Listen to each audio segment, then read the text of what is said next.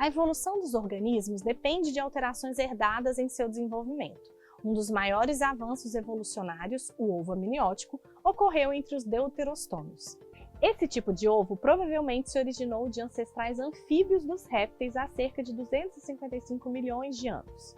O ovo amniótico permitiu aos vertebrados vagarem pela terra e se reproduzirem bem longe de suprimentos de água. Enquanto a maioria dos anfíbios é obrigada a voltar para a água para procriar e permitir o desenvolvimento de seus ovos, o ovo amniótico carrega seu próprio suprimento de água e nutrientes. Uma importante função desses anexos relacionados à independência do ambiente aquático foi... Bom, pessoal, a questão então está trazendo aqui, né, o ovo amniótico que surge ali, né, a partir dos répteis. Então ele deixa claro que os anfíbios não podem se distanciar da água porque eles colocam seus ovos na água, né? Então, o que a gente tem com a chegada desse ovo amniótico? Uma série de anexos embrionários que estão dentro desse ovinho, que permite então que ele seja, ele fique longe desses cursos d'água, exatamente porque ele tem seu suprimento de água e nutrientes. Então vamos ver aqui as alternativas e ver quais são as possibilidades que a gente tem de relacionar então a função desses anexos com a independência do ambiente aquático. Letra A. Promover a nutrição do embrião por meio de absorção de nutrientes presentes na água.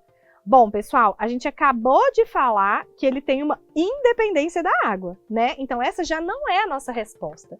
Dentro do ovo, né, amniótico, a nutrição do embrião é assegurada normalmente pelo saco vitelínico.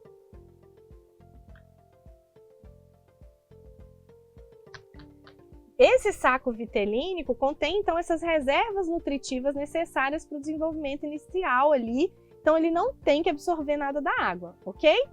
Letra B. Armazenar excretas e participar das trocas gasosas, contribuindo para a homeostase interna.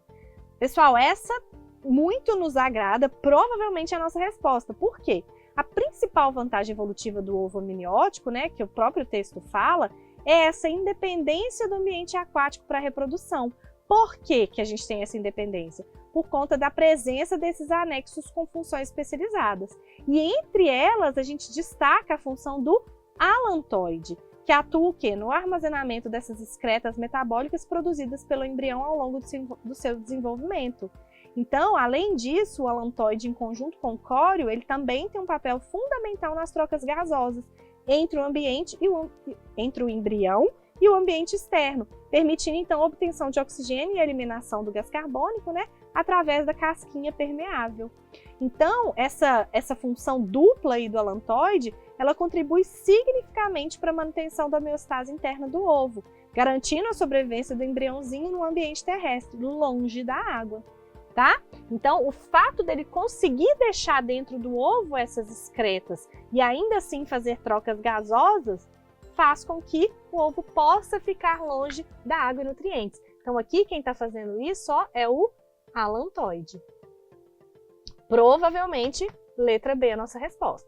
Vamos ver a letra C. Promover a movimentação dos fluidos internos do ovo, otimizando a distribuição de nutrientes. Pessoal, essa está errada porque mesmo que tenha alguma movimentação dos fluidos internos lá dentro, essa não é uma função dos anexos embrionários, né? Então isso não tem nada a ver com o ovo, os anexos e a independência da água, tá? Letra D. Regular a temperatura interna do ovo, protegendo o embrião contra variações térmicas extremas. Pessoal, essa está errada porque a regulação da temperatura interna do ovo depende principalmente de fatores externos, como o comportamento dos pais. Então, o que a gente tem, por exemplo, nas galinhas? Elas não chocam os ovos? Isso é a incubação desses ovos, né? Então, as condições ambientais também importam. Em grandes granjas, eles colocam luz ali para esquentar, né?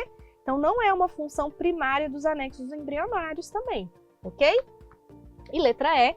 Realizar trocas gasosas diretamente com o meio externo por meio de uma casca permeável e porosa. Pessoal, se a casca fosse permeável e porosa, ok? Eu não teria, então, essa possibilidade de independência da água, porque ele ia fazer o quê? Ele ia desidratar, tá? Então, o que a gente tem aqui é o córeo e o alantoide fazendo essa função de troca gasosa. Não é a casca isoladamente. Até preciso que a casca seja pouco permeável, mas ela não pode ser completamente porosa e permeável, tá? Nossa resposta é mesmo letra B.